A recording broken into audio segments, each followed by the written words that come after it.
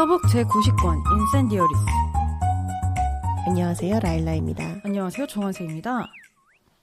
올해 마지막 페어북을 하고 있습니다. 네, 2024년이 이렇게 끝나간다는 것이 아직 한 달 정도 남았지만 많은 일이 있었던 한 해였던 것 같아요. 그리고 한세님은 또 새로운 소식이 아직 해가 끝나기 전에 남아있죠. 네, 저는 이사를 준비 중이고요. 녹음하는 날짜를 기준으로 한 열흘 정도 후에는 이제 이사를 갈 예정입니다. 처음으로 살아보는 동네에 가는 거죠. 그렇습니다. 준비는 잘 되고 계신가요?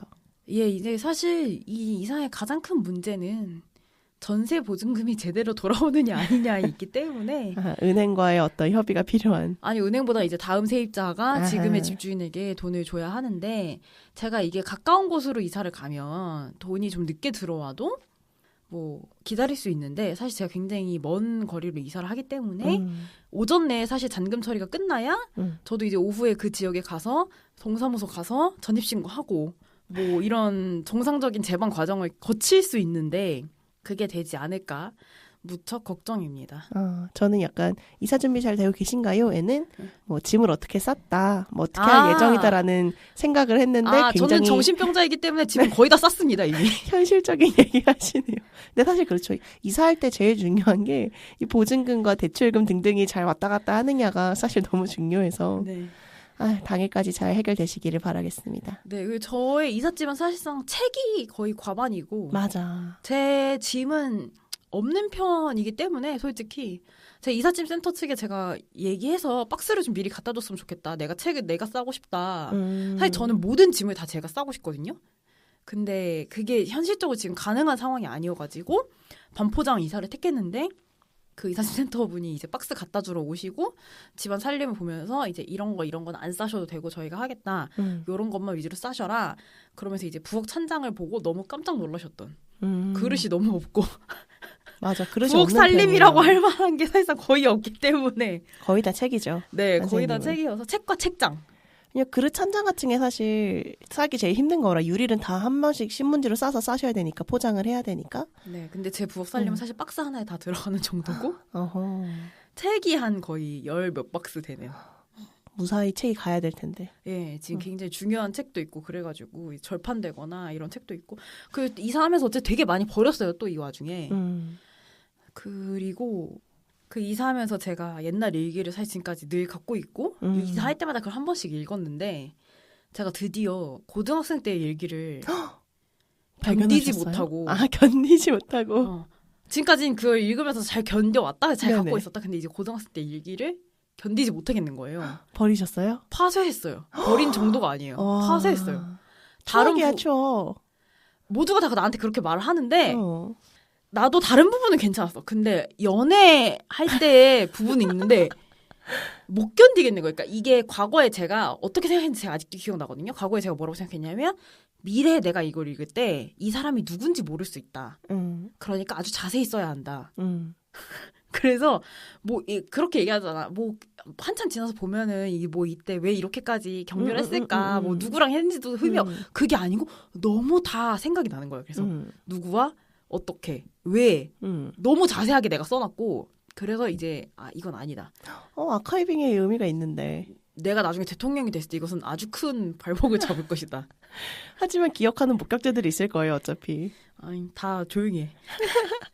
그래서 대학생 때 거는 그냥 놔뒀고, 고등학생 때 얘기를 태웠고 파쇄했고, 중학생 때 이제 친구들이 저에게 선물해준 그림이나 글이 있어요. 그거는 가지고 있습니다. 왜냐하면 이제 제 친구들이 굉장히 크게 성공했을 때 협박용으로. 협박용으로 가지고 있습니다. 저의 노후를 위해. 저와 주고받은 편지도 다 가지고 계시지 않으세요? 다 가지고 있죠. 그럼요. 네. 전 안 펴봐요, 편지를. 언제 라일라님이 크게 성공해서 이제 큰 돈을 뜯어먹을 수 있게 될지 모르기 때문에. 진짜 펴볼 엄두가 안 나요, 편지들은. 다 갖고 있고, 라일라님이 쓰신 글, 그림, 저한테 어쩜 있는 좋아. 거는 일단 다 갖고 있습니다. 알겠습니다. 저도 버리지 않도록 할게요. 네. 그러면 저희 이제 책 선정 이후로 넘어가 보겠습니다. 되게 연말 같은 오프닝이었네요, 근데. 실제로 과거에 연말이니까. 편지 얘기도 하고 크리스마스 같다. 네, 권호경 작가의 인센디어리스는 제가 골랐고, 전 사실 이거 읽어 좋아서 고른 거 아니고 제 주변 사람들이 굉장히 다 이제 뭐라고 해야 될까? 추천했다? 아니야. 나한테 책을 추천하지 않아, 사람들이. 권하다? 아니, 그런 게 아니고 그냥 좋다 그랬다. 어. 그래서 또 이렇게 많은 사람이 좋다고 하는데 또 이유가 있겠지. 주변에 호평이 있었다. 많은 자의 호평이 있었고 그 파친코를 제가 읽진 않았는데 파친코를 드라마화한 코고나다 감독이 이 작품을 또 영상화할 거라는 소식을 들었어요. 맞아요. 그래서 코고나다 감독이 이제 2번 연속이나 한국계 작가를 선택한 데에는 이유가 있지 않을까? 그리고 저는 파친코는 읽지 않았지만 아버지가 파친코 드라마를 굉장히 칭찬하셨단 말이에요. 근데 저희 아버지는 그런 류의 이제 소위 말하는 문학 작품을 칭찬하지 않는 사람인데 근데도 칭찬한 것은 뭔가 쌍도남을 무언가를 건드리는 게 있나 보다. 근데 이제 그걸 파친코 드라마를 만든 감독이 또 영상화를 하겠다고 하면 이 작품에 뭔가 담겨 있나 보다 라는 이유 때문에 골랐고 제가 이거 파케하는 걸 모르시는 분을 최근에 만났는데 그 분도 이 책을 정말 감명 깊게 읽었다고 하셔가지고 신기하다. 이렇게 여러 사람을 건드리는 게 뭘까 하는 생각이 또 새삼 들었습니다. 그러면 저희 작가 소개하고 이제 본격적으로 책 얘기를 해보도록 하겠습니다. 오늘의 책을 쓴 작가 권오경 씨는 서울에서 태어나 어릴 적 미국으로 이주했고요. 예일대학교에서 경제학을 공부하고 브루클린 칼리지에서 예술학 석사학위를 받았습니다. 뉴욕타임스와 가디언 등의 글을 발표했고 2018년 자신의 종교적 경험에서 영감을 받아 첫 장편 소설인 인센디어리스를 발표했습니다. 인센디어리스는 단숨에 베스트셀러가 되어서 40개가 넘는 40여 개의 매체와 단체에서 그해 최고의 책으로 선정이 됐고요. 전미도서 비평가협회 존 레너드상 그리고 로스앤젤레스 타임스의 도서상 데뷔작 부문 등 각종 상의 최종 후보에 오른 바 있습니다. 오늘의 책을 옮긴 역자 김지현 씨는 소설가이자 번역가, 에세이스트로 활동하며 아밀이라는 필명으로 소설을, 김지현이라는 본명으로는 영미문학 번역가로 활동하고 있습니다. 단편소설 로드킬로 2018년 SF 어워드 중단편소설 부문 우수상을, 중편소설 나비로 2020년 같은 부문의 대상을 수상하였습니다. 소설집 로드킬, 장편소설 너라는 이름의 숲, 산문집 사랑편지와 생강빵과 진저브레드 등을 썼으며 조반니의 방, 인센디어리스, 끝내주는 괴물들 등을 우리말로 옮겼습니다. 오늘의 책 인센디어리스는 한국인 이민자 가정에서 자라난 한 여성이 천재 피아니스트를 꿈꾸던 삶을 떠나 어떻게 극단적인 종교적 신념으로 서서히 빠져들어가는지 그 지난한 과정과 감정의 변화를 제3자의 눈으로 바라본 이야기입니다. 연애할 때만 해도 유순하고 고분고분했던 남자가 이 낯선 집에서는 어머니를 하루 종일 타박했고요. 하녀 노릇을 하는 것 같았지만 하녀보다도 얻는 게 없었어요. 하녀는 돈이라도 받잖아요. 43쪽. 어머니의 양육 방식이 뜻하는 논리는 이런 거였죠. 내가 부엌일을 하는 법을 배우지 않으면 아무도 나를 부엌에 가둘 수 없다. 그건 마법이 아니었어요. 재능이었죠. 내가 아무짝에도 써먹지 못한. 170쪽. 아무튼 남자가 문제다. 혹시 아직 읽는 중이시거나 읽기 시작하지 않고 이 팟캐스트를 먼저 듣고 계신 분이 있을 것 같아서 말씀드리자면 저는 이 책을 한 3분의 1 정도는 키워서사라고 생각했습니다. 3분의 1 정도 읽었을 때까지? 아하. 그러니까 윌이라는 주인공하고 피비라는 사람이 등장하는데 윌이 여성이라고 생각했다는 뜻이죠. 그래서 명시적으로 이렇게 작품에 나와 있지 않더라도 윌이 레즈비언이거나 바이섹슈얼일 거라고 생각했어요. 근데 남자여서 너무 놀랐다. 근데 저는 읽으면서 뭔가 어떤 점에서 그렇다고는 확실하게 꼬집지는 못하지만 그냥 서사가 저한테 되게 이게 퀴어스럽다고 읽혔던 것 같아요. 그래서 당연히 윌이 여자일 거라고 생각했고 그리고 뒷표지에 보면 뉴욕타임스 북리뷰의 문장이 써있는데 어떻게 첫사랑이 종교적 근본주의만큼 도취적이고 위험할 수 있는지에 대한 어둡고 흡입력 있는 이야기 이렇게 쓰여 있거든요. 근데 그런 사랑은 이성애에서는 불가능하다고 제가 생각했던 것 같아요. 그런 것은 퀴어 러브나에서나 가능하다 약간 이렇게 생각했던 것 같고 모르겠어요. 그냥 저는 이 서사 전개 자체가 굉장히 퀴어의 것이라고 생각했어요. 근데 왠지는 모르겠어. 그냥 너무나 퀴어의 이야기라고 생각했어. 근데 사실 저는 이 뒷표지에 첫사랑 얘기가 나오는데 사실 그 문장이 조금 아직도 이해가 안 가요. 저도 그거는 그 리뷰어가 이 책을 안 읽고 썼거나 왜 첫사랑일까? 어디가 첫사랑이지? 윌의 첫사랑이란 뜻인 것 같아. 근데 윌이 첫사랑인지 아닌지도 솔직히 우리는 확신할 수 없거니와 그게 중요한가? 중요하지도 않고 뭔가 이제 사랑보다 사이비가 우선이다. 그러니까 사랑도 근데 사랑이 종교적 근본주의만큼 도취적이고 위험할 수 있는가는 이제 사랑에 대한 얘기인 건데 그렇지. 왜 그런지를 잘 모르겠어요. 지금도 잘 모르겠습니다. 그래서 나는 이 리뷰어가 책을 읽지 않고 썼거나 뭔가 잘못 썼거나 아무튼 이 다 읽고 나서 이 뒷표지의 리뷰를 신뢰하면 안 된다는 것은 이제 읽고 난 후에나 근데 알 수 있으니까. 그쵸. 근데 뭐 저자인 권호경 씨나 번역가인 김지현 씨 둘 다 바이섹슈얼이라서 약간 그렇게 느꼈나? 두 분 다 바이섹슈얼로 정체화를 하신 분들인가요? 그리고 김지현 씨는 아까 역자 소개 때도 말씀드렸지만 아밀이라는 필명으로도 활동하고 계시고 저희가 초창기에 이제 다뤘었던 선문집 생각만과 진저브레드를 쓰신 분이기도 하거든요. 너무 좋은 책이었죠. 재밌는 책이었죠. 그래서 뭔가 퀴어 소설가 아닌 것을 알았을 때 내가 그럼 잘못 읽고 있었나 보다. 이 얘기가 내가 생각한 것과 좀 다른 얘기인가? 라고도 생각했던 것 같아요. 저는 사실 읽으면서 퀴어 서사라는 생각은 안 하고 읽었거든요. 그러니까 저는 그냥 헤테로일 수도 있고 퀴어일 수도 있다 라고 그냥 생각하고 읽었고 읽다가 윌이 여성이었어도 재미있었겠다라는 생각은 했어요. 이게 너무 이 사람이 남성인 게 금방 드러나니까 읽다 보면 바로 나오잖아요. 아니 나는 바로 나온다고 생각하지 않았던 것 같아. 저는 나온다고 느꼈어요. 저는 사실 처음부터 윌이 남자라고 생각하고 읽었고 전 남자라고 느껴졌거든요. 읽을 때는. 근데 윌이 여성이었어도 재밌었겠다라는 생각은 했어요. 만약에 이 사람이 여성이었으면 내용이 전혀 달라지지 않았을까라는 생각이 들었고 왜냐면 윌이 여성이었을 경우엔 여기에 성소수자로서의 어떤 마이너리티에 대한 내용이 들어갔을 것 같거든요. 윌의 시점으로 서술되면서.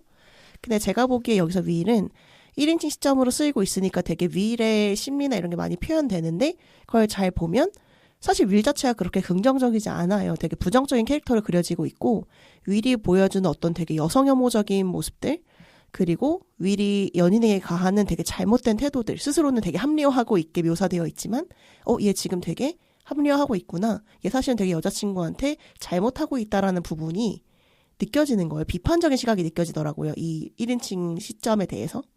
그게 전 좀 재밌었기 때문에 윌이 여성이었다면 그런 부분이 좀 다르게 해석이 됐을 것 같아요. 그래서 얘가 남자인 게 맞다라는 생각이 들었어요. 이 이야기에서는 얘가 진짜 머릿속에 꽃밭이라고까지는 표현하기 좀 그렇지만 아무튼 그런 남성으로 그려지는 것이 더 맞다. 더 이야기에 어울린다. 기본적으로 윌에 대한 캐릭터를 그렇게 해석하지 않아서 그런 것 같아요. 저는 제가 윌이 여성 혐오적인 사람이 아니다라거나 그렇게 얘기하는 게 아니고 윌이 머리 캐릭터 꽃밭이라거나 이렇게 생각하지 않았고 그냥 너무 전형적인 미국인이라고 내가 생각해서 내가 그런 것 같아. 저는 얘가 그 레스토랑에서 여성 혐오적인 이야기라는 장면이 있잖아요. 그 장면이 너무 남성들의 세계를 보여주는 장면이라고 생각했기 때문에 윌이 여성이었으면 그런 장면이 없거나 그런 요소가 들어가지 않았을 것 같아요. 근데 저는 그 장면이 달랐었겠지. 그 장면이 중요하다고 느꼈거든요. 그런 것들이 이 사람의 어떤 부정적인 모습들을 보여주는구나. 그래서 얘가 남자인 게 맞다라는 생각은 했어요. 근데 퀴어였어도 재밌었겠다는 정도?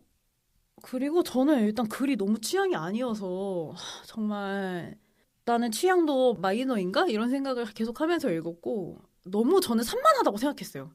근데 제가 가장 괴로웠던 건 뭐냐면 제가 느낀 어떤 이 글에 대한 부정적인 평가, 산만하다. 앞으로 쭉 얘기하고 이런 것들이 다 작가가 의도한 것 같다는 생각이 계속 들었고 그래서 결과적으로 이게 못 쓴 글이 아니고 작가 계산한 것 같다. 라는 생각이 드는 거예요. 그러니까 이 산만하고 이렇게 저래서 너무 못 쓴 글이었다가 아니고 이렇게 저렇게 한 건데 이건 작가 의도한 것 같고 그래서 이건 못 쓴 글이 아니라 결과적으로 그렇게 따지면 그건 굉장히 잘 쓴 글이거든요. 근데 저는 이런 글 자체가 너무 취향이 아니에요. 읽는 것이 전 너무 어렵고 집중하기 힘들고 이게 근데 폭력적인 그러니까 이 글에서 나온 이야기가 폭력적이 아니란 게 아니라 소위 말하는 그 뭐 때리거나 강간하거나 이런 장면도 있지만 그 장면이 이렇게 노골적이지 않잖아요. 그러니까 노골적이지 않다. 그 자세하게 묘사하거나 그쵸. 이렇게 폭력을 쭉 엄청나게 길게 나열하거나 이런 게 아닌데도 너무 읽는 게 괴로운 거야. 그래서 읽는 동안 내가 너무 괴로웠고 글이 저는 기본적으로 산만하다고 느낀 게 가장 괴로웠던 것 같고 그 다음에 여기는 따옴표가 들어가 있지 않아요. 모든 대화가 다 그냥 줄글로 서술되어 있어서 이게 제가 쉬어가는 지점을 제가 찾아야 돼요. 그런 것도 약간 좀 괴롭게 한 것 같고 사건 중심으로 이야기가 전개되는 게 아니라 고백? 뭐지? 약간 고해성사 같은 느낌이거든요. 이 모든 글이. 그렇죠. 왜냐하면 그런 느낌으로 되어 있죠. 나열이에요. 나열식이에요. 그래서 저는 굉장히 이거 독자 주도적인 읽기를 작가가 원한다고 느꼈어요. 독자가 적극적으로 읽기를 바란다고 느꼈어요. 아무튼 그래서 너무 혼란스러운 거야. 그러니까 내가 이거를 그냥 읽고 받아들이는 걸로는 이게 안 되는구나. 내가 적극적으로 위를 따라가고 PB를 적극적으로 쳐다보고 존 리를 적극적으로 해석해야지 내가 좀 더 여기에 몰입할 수 있구나. 근데 나는 그 글을 읽는 동안에 나를 강제로 참여시키는 글이 싫은 것 같아. 그래서 내가 독자에게 도전하는 추리소설이 싫은 것 같아. 저 지금 얘기 들으면서 생각난 게 SF를 읽을 때 한세님은 그냥 흘러가야 된다고 얘기하셨잖아요. 그러니까 흘러가는 대로 읽어야 하는데 SF에 있는 모든 설정을 이해하거나 걸려 넘어지지 말고 흘러가야 된다고 하셨잖아요. 추리소설도 말씀하신 것처럼 독자 참여가 아니라 그냥 보여주는 이야기를 훨씬 좋아하시는데 이 책은 그렇지 않잖아요. 그래서 힘드셨나 보다. 그런 것 같아요. 저는 반대로 그게 재밌었거든요. 그래서 이게 몰입감을 준다 안 준다는 내가 참여하느냐 아니냐의 문제가 아니구나라는 걸 제가 좀 이걸 읽으면서 느꼈고 내가 참여하지 않아도 충분히 몰입감을 줄 수 있는 글이 있다. 그리고 내가 지금까지 좋다고 생각한 건 예를 들어 종이기원담 같은 경우는 저는 엄청나게 몰입하면서 읽었는데 그건 사실 독자의 참여를 유도하는 글은 아니잖아요. 저는 읽은 다음에 내가 생각하거나 내가 분석하는 것을 제가 훨씬 더 선호한다는 것을 이걸 읽으면서 다시 느끼게 됐던 것 같아요. 근데 어쨌든 일기도 아니고 에세이도 아니고 어쩌라고 싶은 글도 아니었고 그래서 에세이 읽을 때 괴로움도 아닌 거야. 맞아. 근데 아무튼 못 쓴 글도 아니니까 너무 괴로운데 이 괴로움을 내가 토로하기가 너무 힘든 거야. 뭐가 괴롭냐. 사실 명징하게 얘기할 수 있는 건 이 글이 너무 산만해밖에 없거든요.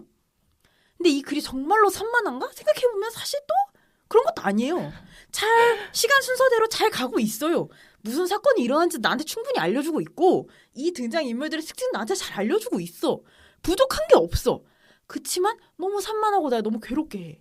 이것이 뭔가. 그랬다. 그러니까 보면 문체가 취향이 아니셨던 게 일단 크고 그런 것 같아요. 문체가 취향이 아니었던 것도 크고 저는 사실 오랜만에 한세님과 저의 감상이 좀 달라지는 글인데 저는 아까도 말씀드렸지만 이 책이 좀 재밌었거든요. 근데 너무 막 인생작이다 최고야 이럴 정도까지는 아니지만 흥미로운데? 약간 괜찮은데? 라고 생각하면서 앉은 자리에서 이거를 쭉 읽었었어요. 말씀하신 것처럼 글이 산만하긴 한데 그 산만함은 역시 말씀하신 것처럼 의도된 산만함이기 때문에 그러니까 윌이 정신이 없는 거지 작가가 정신이 없는 상태가 아니기 때문에 맞아. 이 윌의 혼란스러운 심정과 그리고 윌이 은근슬쩍 하고 있는 어떤 합리화적인 부분들 심리적인 부분들이 윌의 시점으로 써있기 때문에 더 잘 이해가 됐거든요. 제가 객관적으로 보면서 얘 지금 정신없다. 얘 지금 합리화한다. 얘 좀 이상한 짓 해놓고 덮고 있다. 이런 것들이 보여서 그게 좀 저한테는 재미있는 연출이었던 것 같고 이렇게 시점형으로 쓰는 글은 오히려 영상화됐을 때 전 느낌이 또 완전 다를 것 같아요. 그럼 사람들이 더 객관적으로 보는데 이거는 윌의 심리가 우리가 정확하게 들을 수 있어 독백을 들을 수 있어서 또 의미가 있는 글이기 때문에 정리된 글이었다면 느낌이 또 달랐을 것 같아요. 그리고 윌의 시점으로 좀 쓰여진 글이라서 일기나 에세이를 읽을 때랑 같진 않지만 약간 그런 힘든 부분들 그러니까 얘네가 계속 자기 얘기를 하고 있는데 혼란스럽게 아무 얘기나 하고 있어서 한세님이 무슨 말을 하고 싶은 걸까라는 생각을 들게 된 거 아닌가라는 생각도 있습니다. 책이 윌, 피비, 존, 릴 세 사람의 시점으로 전개되는데 사실 시점인지는 잘 모르겠어요. 저도 시점, 그러니까 이야기긴 하지. 그렇게 나눠져서 전개되는데 윌 부분은 1인칭이고 피비와 존, 릴 부분은 3인칭 관찰자 시점인데 그래서인지 약간 윌이 정직한 것처럼 느껴지고 근데 이것도 제가 정직하다는 표현을 썼지만 이 정직 아까 라일라님 말씀하신 것처럼 윌의 독백인 것처럼 느껴진다는 의미의 정직함이에요. 왜냐면 윌이 자기 자신 속일 수도 있고 자기 자신을 합리화할 수도 있기 때문에 윌이 진짜 레알, 솔직하고 뭐 거짓 없고 순수한 사람이냐라면 그런 의미는 아니에요. 윌의 이야기가 가장 선명하게 들린다는 의미의 정직이에요. 아 선명하죠. 그리고 피비와 존 릴의 이야기는 약간 윌이 전해주는 것처럼 읽혀요. 그래서 피비와 존 릴의 이야기가 신빙성이 없고 되게 주관적으로 읽힌단 말이에요. 특히 존 릴이 좀 그렇잖아요. 근데 난 이 주관적인 게 제가 희미하게 누구의 주관일까라고 했는데 라일라님이 대본에 미리 말씀해서 죄송해요. 윌이 이 이야기를 전해주는 것 같다는 것처럼 썼어요. 그래서 제가 그래 이게 사실은 윌이 이야기하는 건가 보다. 그치 전반적으로 그냥 존 릴에 대해서 사실 윌이 3인칭으로 묘사를 하거든요. 그러니까 존 릴의 이야기 그가 어떻게 살았고 어떻게 했고를 쭉 쓰는데 결국 그 입은 윌의 입이야. 그러니까 제가 느끼기에는. 나는 그치. 근데 나는 이게 윌의 입이라고는 생각하지 않고 뭔가 약간 기록 읽는다는 느낌으로 읽었는데 그게 윌의 입일 수 있겠다. 그리고 제가 그 라일란이 대본을 읽고 뭘 깨달았냐면 존 릴의 이야기는 진짜 짧고 피비 얘기가 그렇게 긴 게 윌의 관심도의 차이일 수도 있겠다. 이것이 그렇죠. 윌의 한 이야기인 거라면, 그런 전제라면 그런 생각이 들었고, 그래서 어쨌든 이 역자의 말에도 윌이 신뢰할 수 없는 서술자라고 되어 있단 말이에요. 근데 저는 거기에 동의하면서 이게 근데 사실 윌이 모든 이야기의 화자가 윌이라고 하면은 결국 같은 얘기긴 한데 저는 피비나 존 릴, 특히 존 릴의 이야기에 너무너무 신뢰할 수 없다고 느꼈단 맞아요. 말이에요. 이 새끼는 거짓말쟁이다. 이 새끼가 사탄이다. 존 릴이. 너무 묘사가 이상해요. 특히 이 북한에 대한 묘사가 굉장히 폭력적이고 그 수령을 향한 일방적인 과잉한 충성을 하는 인민의 모습으로 등장하는데 이게 권오경 씨가 저자가 북한을 몰라서 그런 건지 아니면 일부러 이 존 릴의 캐릭터를 위해 이렇게 쓴 건지 모르겠지만 그런 정도가 아닐 거라는 이제 확신이 있기 때문에 거기서부터 이 존 릴이 하는 얘기가 다 구라고 자기 자신을 뭔가 영웅화하기 위해 만들어낸 이야기이다 라는 것이 너무 느껴져서 이 존 릴은 이미 아니다. 그런 새끼다. 이런 게 너무 느껴졌어요. 저도 보면서 권오경 씨가 북한에 대해서 모르지 않을 텐데, 그러니까 그 이야기가 너무 과잉했잖아요. 정말 그 북한에 대한 묘사들 과잉한데 그걸 존 릴이 이렇게 표현했다는 걸 보면서 일단 이놈이 못된 놈이고 사람들을 현혹한 혹세무민 하는 사람이고, 근데 이거를 담아내는 윌의 시선도 요 정도구나. 그러니까 권오경 씨가 미국인이 생각하는 북한의 모습을 그려낸 건가? 미국인이 혹할 수 있는 모습을 그려낸 건가? 이런 생각도 들었어요. 작가가 모르는 것 같지는 않았고 저도 생각하신 것처럼. 그리고 전부 윌의 필터를 거친 이야기이기 때문에 어디서부터 어디까지가 사실인지가 모호한 것도 되게 재밌었어요. 그러니까 피비가 말하는 부분은 솔직히 반쯤은 윌의 뇌내 필터예요. 그러니까 윌이 약간 표현하는 게 이런 식으로 얘기하거든요. 그 피비의 이야기를 처음 할 때 피비를 그 집에 내려다 놓고 내가 올 때 내가 오지 말았어야 됐다. 아마 피비는 뭐 어떤 자리에 어떻게 앉아서 사람들에게 이렇게 얘기했을 것이다. 이러면서 쭉 서술을 해요. 그러니까 다 지 생각인 거잖아. 사실 피비는 그렇게 얘기하지 않았을 수도 있고, 그런 신뢰할 수 없는 서술자라는 말은 윌뿐만이 아니라 피비랑 존 릴에 대한 부분도 다 해당하는 거구나라는 생각이 들었고, 존 릴의 부분이 너무 미묘하게 주관적인 게 모든 게 윌의 필터다. 그래서 점점 뒤로 갈수록 윌이 생각하고 있던 피비의 이미지랑 실제로 피비가 한 일이 너무 괴리감이 들면서 윌은 진짜 피비를 정확히 모른다라는 것만 나중에 점점 더 선명해지잖아요. 그런 게 좀 재밌었어요. 그 작품의 장르가 뭘까 생각했을 때 약간 드라마 같거든요. 이 장르가. 근데 전 드라마 장르를 선호하지 않아서 일단 그 장르적인 부분에서 좀 엇박인 것 같고, 그래서 다 읽었을 때 라일라님 안전자를 다 읽었다면 저는 사실 이게 너무 읽기가 힘들어가지고 며칠 걸렸거든요. 그래서 이 책이 어떤 점이 사람들을 그렇게 열광하게 했을까? 아까 라일라님이 그 작가 소개에 썼는데 이 책이 40여 개에 어쩌고저쩌고 하는데 그렇게까지 사람들이 열광하게 한 지점이 뭐였을까? 여기서 나타나는 어떤 동양인에 대한 대상화 문제인가? 아니면은 이 사이비에 대한 어떤 시선? 그런 것 때문일까? 뭐 특히 미국은 엄청나게 많은 사이비가 엄청나게 많이 판치는 나라이기 때문에 다른 나라에 심지어 문제가 될 정도로, 우리나라도 마찬가지지만 그래서일까?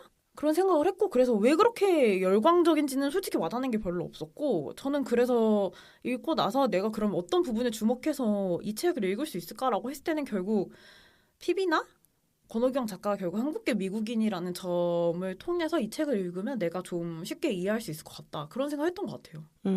저는 이 책의 장르를 드라마 같다고 표현하셨는데 저는 사실 스릴러라고 생각했거든요.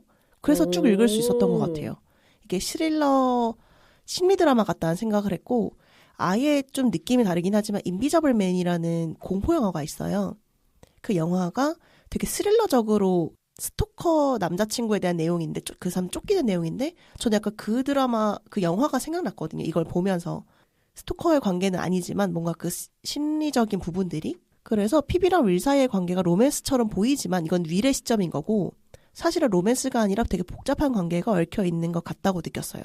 그러니까 윌은 본인도 계속 거짓말을 사실 하면서 피비가 자신에게 솔직하지 못한 거에서 되게 서운해하고, 피비를 실제 있는 피비가 아니라 자신이 어떤 보호해야 되는 존재로 계속 뭔가 대상화하고 있고, 그리고 역자도 설명하셨는데 그 역자의 말에도 나와 있는데 피비가 가진 어떤 신앙생활에 대한 질투가 있거든요. 위리? 근데 그걸 인정하지 않으면서 계속 드러나요. 얘를 질투하고 있다는 게. 그리고 뭔가 분노도 가지고 있고 피비에 대한 그런 것들이 사실 피비에게 위리 좋은 사람이 아닌데 이 사람은 그렇게 생각하고 있으니까 피비가 느꼈을 감정을 쫓아가면 이게 약간 스릴러적인 느낌이 있다. 그리고 전체적으로 피비가 빠져들어가는 과정도 상당히 스릴러적이라는 생각을 했어요. 그리고 이게 테러가 등장하는 장면들도 이게 결국 그래서 터지는 폭발하는 장면으로 이어지는 것도 되게 영화적이다라는 생각이 들었던 것 같아요.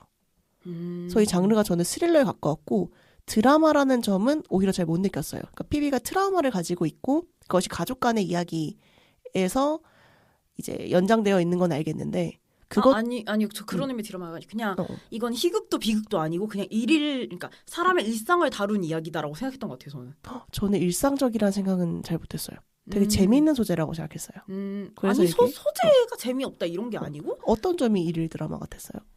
그냥 이 서술 방식이나 이런 게 그러니까 이게 뭐라고 해야지 이게 우리가 사실 사이비에 빠지고 이런 것들이 되게 특이하고 자주 일어나지 않는 일인 것처럼 우린 느끼지만 왜냐면 우리 거기가 유리되어 있으니까 하지만 누군가의 삶에서는 그게 매일매일 일어나는 일이잖아요. 그러니까 그런 것을 서술한다는 점에서 그러니까 이게 테러가 나오고 그런 것들이 나왔기 때문에 이것이 스릴러거나 이것은 혹은 좀 더 액션의 장르라거나 이렇게 느낀 게 아니고 그냥 어떤 한 사람의 인생의 어떤 부분을 이렇게 펼쳐놓은 것 같다? 그런 의미로 드라마 같다. 그런 면에서는 드라마일 수 있죠. 근데 저는 좀 더 스릴러에 가깝다는 생각을 했던 것 같아요. 이게 전체적인 장르를 보면 말씀하신 것처럼 피비가 한국계 미국인으로 등장하는 것도 되게 흥미로웠어요. 그래서 여기에서 저는 피비가 자기가 한국 사람이라는 자각은 되게 없다고 느꼈거든요. 그러니까 그 어떤 의미냐면 내가 그러니까 한국에 돌아가고 싶다거나 한국을 그리워한다거나 이런 소위 말하는 클리셰적인 한국계 미국인의 모습은 없지만 한인 커뮤니티에서 본인이 어떻게 여겨지는지에 대해서는 되게 의식을 하고 있고 진짜 많이 알고 있고 자각도 하고 있고 그렇단 말이에요. 그리고 어머니가 그 소위 말하는 극성맘이기도 하고 그리고 피비의 10대가 사실 굉장히 불행했잖아요.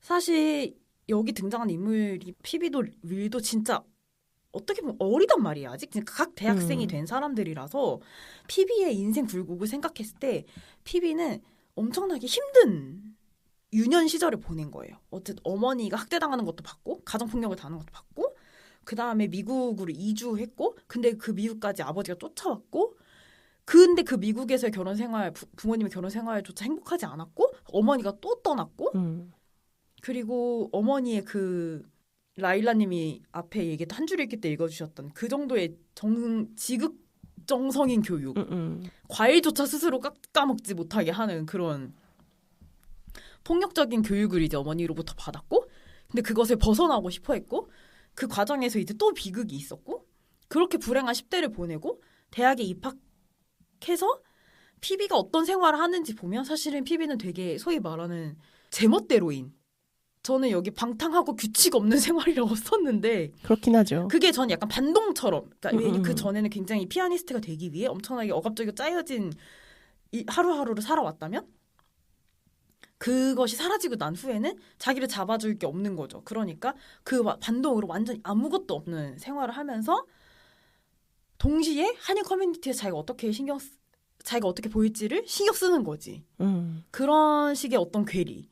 왜냐하면 사실 피비는 이제 어머니와 결별하면서부터 자기가 한인 커뮤니티에 속해 있다는 감각이 저는 그러니까 구체적으로는 없을 거라고 생각하거든요. 왜냐면 어머니 쪽 친척이나 이런 게 있는 것도 아니고 교회에 나가는 것도 아니었고 피비가 그런데도 그것을 신경 쓴다는 게 좀 놀랍기도 했고 동시에 그렇기 때문에 아버지와 어머니로부터 비롯된 한국스러움이 피비에게 남아있구나.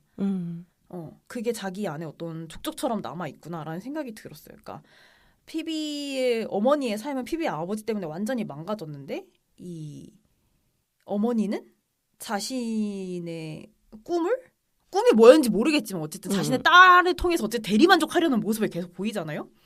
그것도 너무 한국적이라는 생각이 들었고 이 아버지에 대해서 되게 짧지만 어쨌든 서술된 소위 말하는 피비 어머니의 시집 생활을 봤을 때 이게 너무나도 한국적인 맞아요. 이게 모습이고 부정적인 의미의 한국적인. 그렇습니다.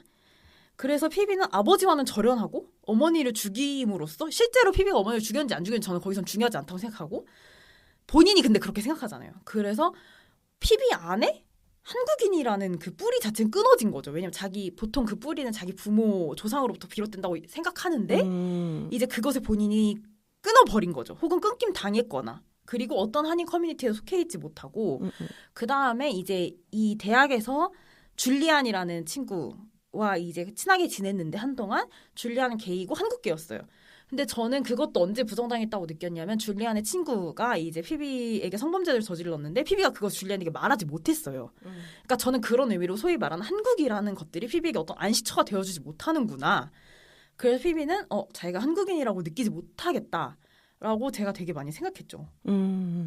이게 비슷하면서도 약간 다른 감상인데 저는 오히려 피비가 그 안에 있는 한국인을 계속 가지고 있을 수밖에 없었다? 라고 생각이 들거든요. 그러니까 잃어버리거나 끊으려고 노력은 했는데 계속 끊기지 못했다는 생각이 들었어요.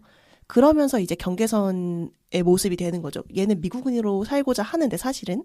근데 아무리 노력해도 계속 사람들이 보는 건 미국인 같은 동양 여자인 것에 계속 초점이 나가 있고. 그치. 근데 그거는 외부적인 거고 내가 말한 거는 이제 피비 내부에서. 피비도 스스로도 그렇게 생각하려고 하는데 저는 계속 안 됐다고 생각했어요. 그게 끊어지는 게 되지 않았다. 왜냐하면 피비가 계속 그렇지 않으려고 노력하지만 무의식 속에서는 어머니가 피비에게 줬던 한국적인 애정과 한국적인 그런 환경적인 요소가 너무 크고 이를테면 엄마가 피비에게 가하는 정말 한국 어머니다운 헌신 그리고 자아이탁을 보면서 저 한국의 모든 대부분의 딸들이 느낄 것 같은 그런 자아이탁을 보면서 피비가 느끼는 그 이중적인 마음들이 저는 어머니가 죽은 후에도 계속 있다고 생각했고요. 피비 마음속에. 피비가 계속 어머니를 못 놓고 있구나라는 생각이 들었고 맞아, 그건 있지. 그 트라우마로서. 그래서 저는 뭐에 제일 공감이 갔냐면 이 권오경 작가님이 이 마음을 너무 잘 알고 있나 보다. 이 한국의 딸로서의 마음을 알고 있나 보다. 어머니의 사랑을 알겠지만 그게 너무 부담스러운 그 심리. 특히 어머니가 모든 것을 버리고 사실 피비만을 바라보며 헌신한 거잖아요. 과일도 전혀 못 갖게 하고 애지중지. 그러니까 남들이 볼 땐 정말 애지중지 사랑으로 키웠는데 그러면서 피비에게 헌신한 만큼 피비가 스스로 그러니까 최고가 되어야 한다라는 압박감을 너무 크게 받았을 것 같고 그것도 정말 한국적이고 결국에는 어머니를 죽게 내버려 둔 그것도 어머니 사랑하는 마음은 있지만 그것보다 이 사랑이 나에게 주는 부담감이 너무 컸을 것이다. 라는 생각이 들어요. 어머니 사실 그 마지막 순간에조차 피비를 지키잖아요. 근데 얘는 이제 그 헌신이 너무 숨막히는 거지. 근데 그게 사랑이야. 그러니까 마음은 미안해. 하지만 숨막혀. 이런 이중적인 마음이 피비에게 계속 남아있고 어머니를 죽이려고 했지만 그러니까 어머니를 떠나보내면 내가 거기서 나아질 수 있을 거라고 처음에 피비가 생각했을 거라고 저는 생각하고요.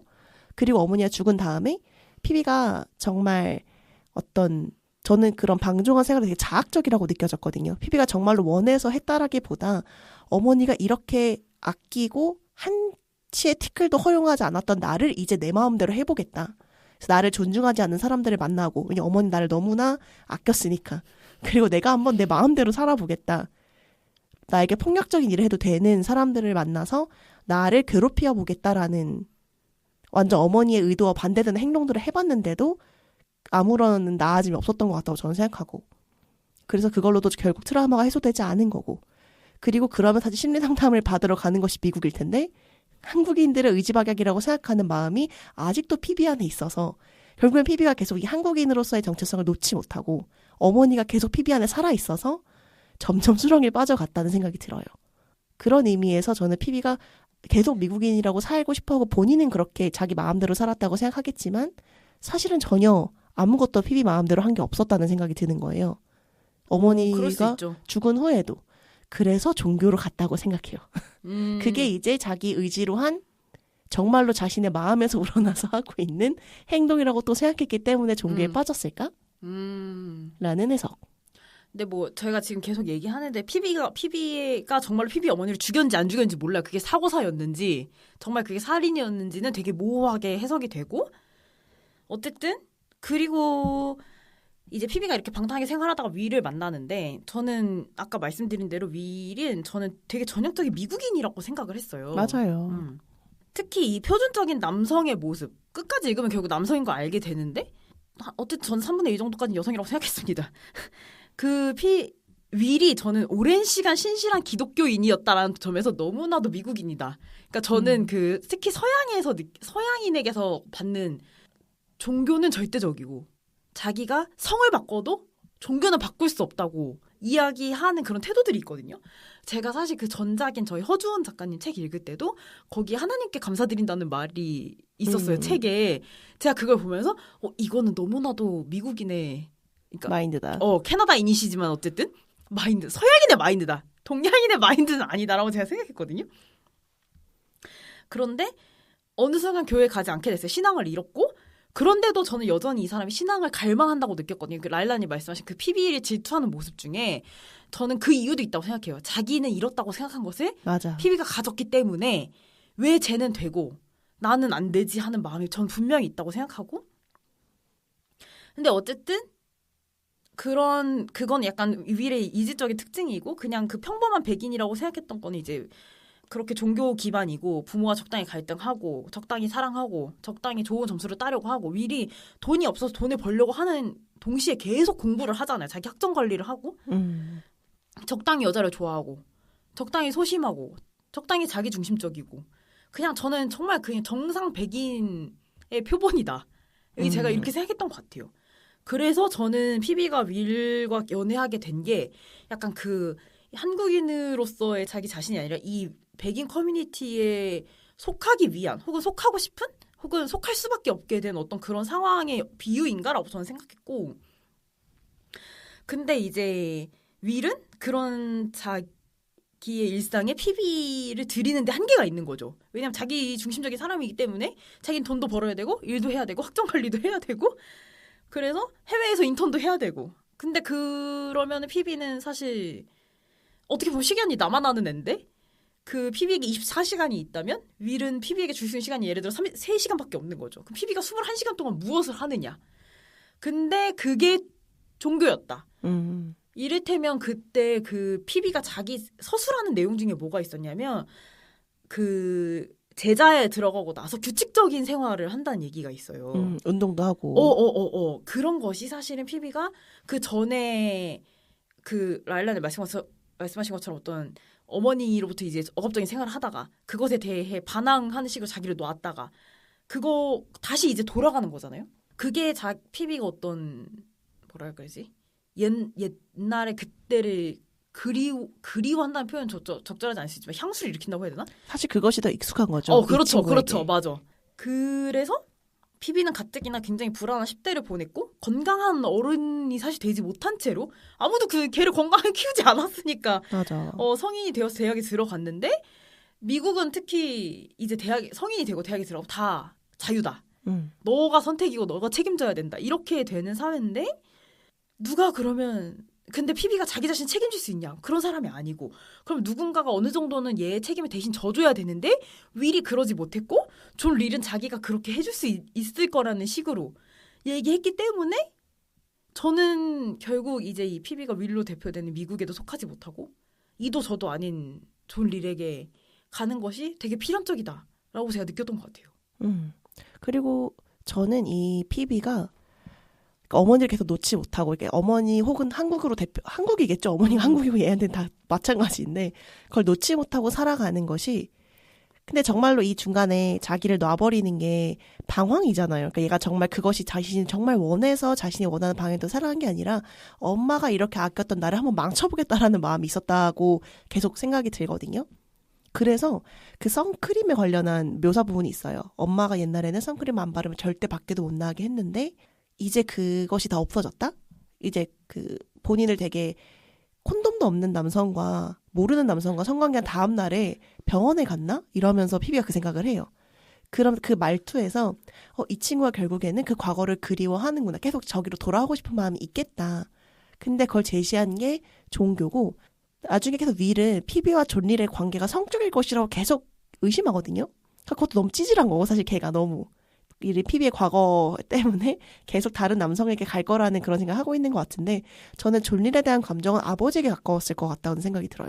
피비가 존리를 생각하는 감정, 나를 보호하는 어떤 보호자로서의 인도하는 사람으로서의 감정이 훨씬 더 컸을 거라고 생각하고 피비가 처음에 윌과 교제한 건 선생님 말씀하신 것처럼 미국인으로서의 삶을 정말 동경하고 그렇게 살고 싶었기 때문에 백인 남성과 교제했던 거라고 생각했고 근데 그렇게 해도 여전히 사람들은 피비를 동양 여자로 보거든요. 그리고 윌은 계속 피비를 나를 기다리는 사람, 그래도 되는 사람, 잠깐 혼자 둬도 되고 뭐 보호해야 되는 사람으로 봐요. 그리고 그 질투심 때문에 피비의 종교적인 관념, 종교적인 신념을 되게 관리하거든요. 나도 신앙 가져봤는데 결국 응답 없어. 뭐 이런 거 있잖아요. 너도 그럴걸? 그런 거 믿지 마. 나도 한번 해봤는데 의미 없어. 이런 식의 말을 계속하고 내가 못 받은 응답을 네가 받을 수 있다고. 뭐 그런 건 나 사이비야. 이런 미묘하게 깔보는 느낌이 윌에 계속 느껴져요. 그리고 굉장히 성적 대상화하는 느낌이 너무 강해요. 처음에 피비를 처음 만났을 때부터. 저는 그게 되게 어떻게 보면 퀴어 서사인 것처럼 느껴지면서 어떻게 보면 되게 여성에 대한 성적 대상화가 들어있는 남성의 시각이라는 느낌을 받았거든요. 윌이 처음에 피비를 보고 피비와 성관계하는 것을 계속 상상하다가 진짜가 됐을 때 진짜와 다르다고 생각했나? 아무튼 그걸 비교하는 장면이 있어요. 상상과 좀 다르다? 그런 게 너무 이 윌 자체가 되게 부정적인 사람처럼 느껴졌고 그리고 실제로 부정적인 사람이니까. 그렇죠. 그리고 피비가 원하지 않는데도 사실 강제로 관계를 가지기도 하고 피비에게 경제적 상황을 말하기 싫어서 거짓말을 하잖아요. 그 거짓말도 이유가 자기가 가난하니까 그걸 말하기 싫어서. 그리고 피비가 가지는 과거 때문에 피비를 비난하는 장면들. 이런 것들이 너무 피비를 무시하는 장면이다. 그러니까 피비가 그런 윌을 보면서 어머니를 무시했던 아버지가 생각나지 않았을까? 라는 생각도 저는 들었어요. 나를 연인으로 존중하지 않고 피비가 나가는 모임을 무시하고 그러면서 피비가 여기는 내가 머무를 곳이 아니구나. 그러니까 자신의 속마음을 보여주지 않아지는 거고 근데 윌은 왜 그런지 모르고 피비가 그런 것들이 너무 피비가 정말 갈 곳이 없었겠다? 그러면서 종교로 가는 장면을 너무 잘 보여준다고 생각했어요. 그래서 저는 피비가 결국 제자에 투신하게 되는데 그 제자를 이끄는 지도자가 존 릴이잖아요. 그게 한국인 혼혈이라는 점이 굉장히 의미심장하다고 느꼈어요. 그러니까 한국에도 속하지 못하고 미국에도 속하지 못하는 사람이 결국 어디로 가는가라는 의미에서 피비가 중간 혹은 혼합? 뭐 혼합이란 혹은 둘 다 아닌 어쨌든 무언가를 선택하는 것 자체가 저는 좀 디아스포라를 의미하지 않을까라는 생각이 들었고 존 릴이 계속 피비한테 저는 대안을 제시해준다고 생각이 든 거예요. 그러니까 피아노를 다시 치게 해줬고 맞아. 규칙적인 생활을 줬고 운동을 가져다 줬고 그 다음에 라일란이 계속 말씀하신 것처럼 피비가 심리 상담을 거부하는데 거기서는 자기 고백하는 시간이 있잖아요. 그리고 우리 모두가 죄인이기 때문에 사실 그건 상담이 아니고 참회의 시간처럼 되잖아요. 근데 그치. 결과적으로 형태가 되게 비슷하게 되는 거잖아요. 자기 안에 있는 말을 꺼낸다는 점에서. 그러니까 심리적 안정을 주기도 했을 거고. 그러니까 어디도 속하지 못하는 사람에게 어디도 속하지 못했던 사람에게 유일하게 마음의 안정을 주는 것이 사회에서 사입이라고 불리는 종교일 때에 이제 어떻게 되는가가 이제 이 책에서 쭉 보여진다는 생각은 저는 들었어요. 그래서 피비가 한국인 혼혈인 존 릴에게 마음을 준 게 전 너무 당연한 것 같았고 그 소수자 정체성을 피비가 가지고 있는데 그걸 마음 편하게 나눌 수 있는 집단이 그 제자 모임이었던 것 같아요. 그러니까 말하지 않아도 내 고통을 이해하는 사람들. 그리고 마음을 열고 내 트라우마를 얘기했을 때 모두가 비판하거나 뭐 비난하지 않고 모두가 울면서 다 받아줬을 거 아니에요. 그런 경험들. 다 같이 세상에 상처받고 뭐 다 같이 이제 소수자로서의 혹은 어떤 세상으로서 떨려져 나온 고통들을 갖고 있는 사람들이 모여있는 곳이 그 모임이었을 것 같고 그리고 이런 나를 이해해주고 사랑해주는 신이 있구나. 그리고 그 신의 목소리를 듣는 동료들이 여기 있다라는 마음이 피비가 그 모임에 급속도로 빠져들게 되는 과정을 너무 잘 보여줬고 사실 그게 종교의 중독적인 면이잖아요. 나를 진심으로 받아들여주는 집단이 있다. 그리고 그 집단을 넘어서 나의 모든 것을 사랑하는 존재가 있다. 그것을 누군가 증명한다. 라는 게 종교에 빠져드는 면이지 않나. 작가 인터뷰를 찾아보니까 이제 신앙이 있는 자와 없는 자 사이에는 엄청난 간극이 있고 그걸 줄여보고 싶어서 이 작품을 썼다. 이렇게 권은경 작가가 말한 게 있던데 저는 솔직히 그 의도가 이행되었나? 전 잘 모르겠어요. 이게 제가 신앙이 영원히 없는 자여서 이 간극이 저는 엄청난 간극이 있다는 건 이해하거든요. 일단 내세가 있는 것을 믿는 사람과 아닌 사람에는 정말 건널 수 없는 크레바스가 있고 근데 그 간극이 줄여졌냐. 그래서 내가 이 작품을 읽으면서 모르겠어요. 간극이 줄여졌는지는 모르겠어. 그러니까 건우경 작가 본인이 17세 어떤 일로 신앙을 잃었다고 하더라고요. 근데 저는 이 책 자체가 너무 기독교 베이스 작품이라고 느껴졌고 저는 저희 집안의 어떤 문제 때문에 제가 원치 않아도 기독교에 대한 이해가 되게 깊을 수밖에 없는 상황에서 자라났는데 만약에 이게 정말 그런 사람이 아니고 기독교에 대한 어떠한 베이스도 없는 사람이 이제 21세기 현대사회에서 그런 게 가능할지는 잘 모르겠으나 읽었을 때 이 책 자체를 이해할 수 있을까는 저는 솔직히 잘 모르겠어요. 이를테면. 저는 이 신앙이 있는 자 없는 자 사이의 간극을 줄이겠다라는 그 의도를 어떻게 해석했냐면 사이비 종교에 빠져드는 사람을 봤을 때 신앙이 있는 사람이 그것을 이해하는 것과 신앙이 없는 사람이 이해하는 게 다를 거다라는 의미로 읽었거든요. 이 말을. 그러니까 무슨 말이냐면 신앙이 있었던 사람은 이 사람이 종교에 빠져드는 과정을 조금 더 잘 이해할 수 있을 것 같다. 근데 신앙이 없는 사람은 미친 거 아니야? 사이비를 왜 믿어? 정도로만 끝난다는 거 같았어요. 그래서 권은경 작가가 그 간극을 줄여보고자 이걸 썼다고 생각했고 저는 무슨 말이냐면 이걸 읽은 다음에 사람들이 종교에 빠져드는 건 이런 과정이 있구나를 이해하는 것을 목적이지 않았을까라는 생각은 했어요. 그러니까 이를테면 이런 거잖아요. 종교에 투신하게 됐을 때 그것이 100% 신앙, 그러니까 신이 있다는 것을 믿어서가 아니다. 사회적으로 고립된다거나 불안하다거나 자기의 정체성을 찾아간다거나 하는 여타한 문제 때문에 이럴 수 있다. 맞아요. 라는 것을 설명하고 싶어서 이 글을 썼다는 거잖아요. 그러니까 저는 그 마음은 알겠는데 저는 그게 맞아요. 그 권우경 작가 말대로 이게 신앙의 문제가 아니라고 생각하는 거예요. 맞아요. 그러니까 사실 종교는 껍데기인 거고 문제는 종교나 신앙이 개입하기 전에 해결되어야 하는 거죠. 사실은 사회적 문제인 거죠. 그렇지. 그러니까 신앙은 해소되지 못한 복지의 사악한 이름이야. 나한테. 잘 설명을 못 하겠는데 그러니까 그래서 권우경 작가가 왜 그것을 썼는지 알겠으나 이것이 신앙이 있는 자와 없는 자의 간극이라기보다는 저는 이렇게 종교라는 이름에 사악한 모시기가 끼어들 여지를 주면 안 된다. 국가 복지가 늘어나야 되고 사실 존 릴도 우리가 너무 봤을 때 너무 허무맹랑하다는 걸 알고 있고 PB가 그것에 따르게 되는 이유에 대한 분석 그러니까 정말로 하나님이 있어서 이거를 시작한 게 아니라는 것을 알게 되잖아요. 그러니까 이건 그 간극의 문제가 아닌 것 같다. 내가 봤을 때. 저도 어느 정도는 한사님에게 동의하고 그러니까 저는 사실은 종교가 아니라 사회가 해야 되는 일인데 우리가 지금 그건 똑같은 생각을 하잖아요. 그런데 사회가 합리적인 절차를 통해서 해결해야 되는 문제인데 그걸 사회가 해결하지 못하는 게 첫 번째고 그중에서 고통받고 있는 여러 가지의 소수자들을 종교가 흡수하고 있다라는 얘기를 작가가 결국은 하고 싶었던 것 같아요. 그건 우리가 지금 모두 똑같은 생각을 하는 것 같아요. 맞아. 근데 이제 그 종교에 빠져드는 사람들한테 왜 그러는 거야? 라고 나무라는 건 사실 의미가 없다라는 얘기를 하고 싶구나. 그건 의미가 없다. 왜 그들이 종교에 빠져드는가? 왜 그들이 얼마나 외로운 상황에 처하는가? 그러니까 사실 사회가 어떤 일을 해야 되는가를 이 책이 얘기하고 싶구나라는 생각은 했어요.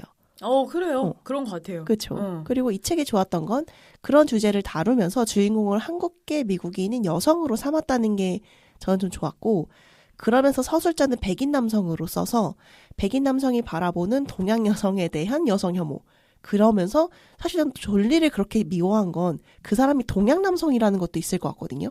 그럴 수 있지. 똑같이 백인 남성이었으면 얘가 이렇게까지 이런 모습을 보였을까? 근데 동양 남성에 대한 적대심도 굉장히 크고 이민자 자녀가 겪는 정체성의 혼란도 크고 이게 한국에 있었으면 사실 완전 다수자였을 한국인이 미국에 있다는 것만으로 전반적인 소수자성을 가지게 되는데 그걸 미국의 어떤 다수자의 시각으로 보여주었던 게 좋았어요. 그러니까 왜 PB가 테러리스트가 되었는지 윌은 영원히 이해를 못하겠구나. 마지막까지 PB를 계속 상상 속에만 가둬놓고 진짜 PB를 보려고 하지 않는 게 결국은 윌이 처음에 PB를 만났을 때 생각한 처음부터 자신의 상상 속에 가두고 있었는데 결국 끝까지 걔는 진짜 PB를 모르는구나.